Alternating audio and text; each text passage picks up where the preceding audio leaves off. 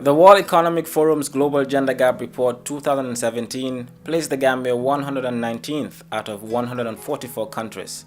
This places the Gambia far behind its neighbor Senegal, ranked 91, and far behind where it was 11 years ago in the first edition of the report, when the Gambia was ranked 79th out of 115 countries.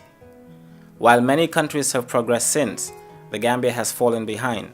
This is particularly clear when looking at one area: economic participation and opportunity. 51% of the Gambian population are women.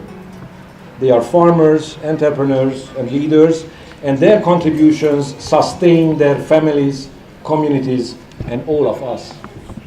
Yet, they face some of the worst inequalities in access to social services and land.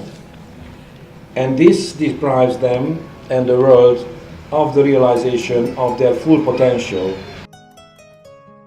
The EU is committed to transforming the lives of girls and women and breaking the vicious cycle of gender discrimination.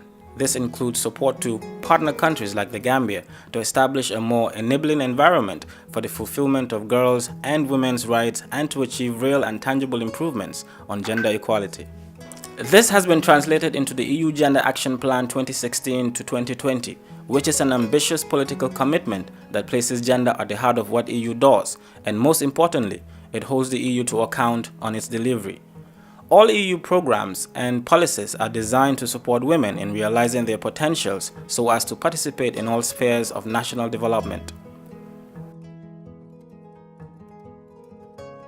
No enduring solution to the changes of the Gambia, from climate change to political and economic stability, can be solved without the full empowerment and participation of the Gambian women. We simply cannot afford to leave women out. The EU has used a wide range of external assistance modalities to better reach women and girls, such as budget support, support to civil society organizations, and thematic interventions. Over the last EDF, 14.5 million euros was programmed to support women empowerment. The support includes improving women's access to markets in rural areas, training health staff on the impact of FGM, setting up and supporting women marketing federations, improving nutrition and care practices for women with young children, supporting women in leading their communities as alcalos and district tribunals, amongst others.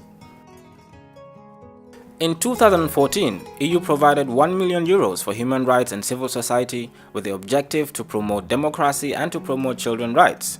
Through this funding, EU was supporting partners such as WASU Gambia CAFO's project that aims to contribute to reducing gender-based violence against children and women, notably female genital mutilation and cutting.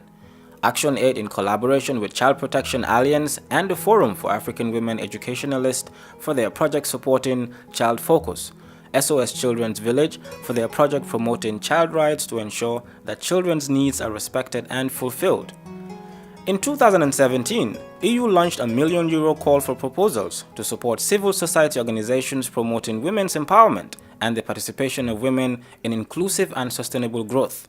The program supported 4 non-governmental organizations to improve women's lives in the Gambia.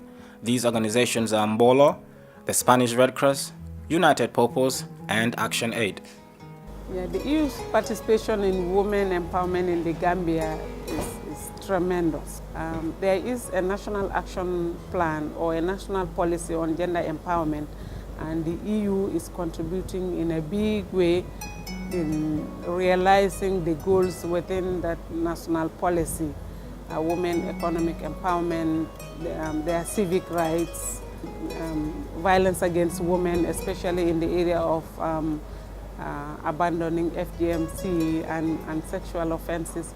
So their partnership is contributing a lot to pursuing the rights of women in the Gambia. The EU has supported other NGOs to work on women's issues that advocate for the rights of women and empower the women as well to fight for their rights. They have been very supportive and ensuring that there is gender balance in the country and that women are not marginalized.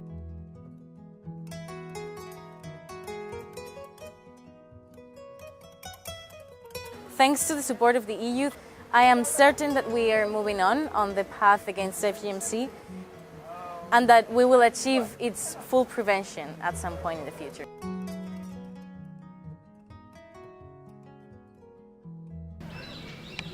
Women's full and equal participation in the political and economic arena is fundamental to democracy and justice.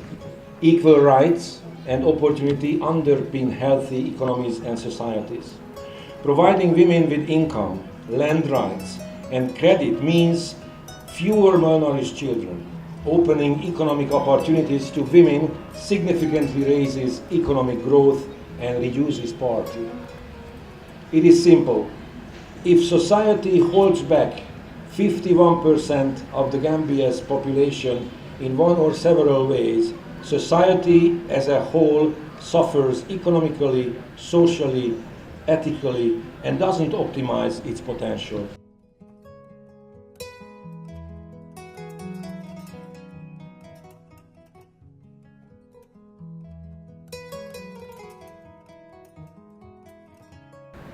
Need to stand in solidarity with our mothers, sisters, daughters, and friends to say that discrimination in all shapes and forms will not be tolerated.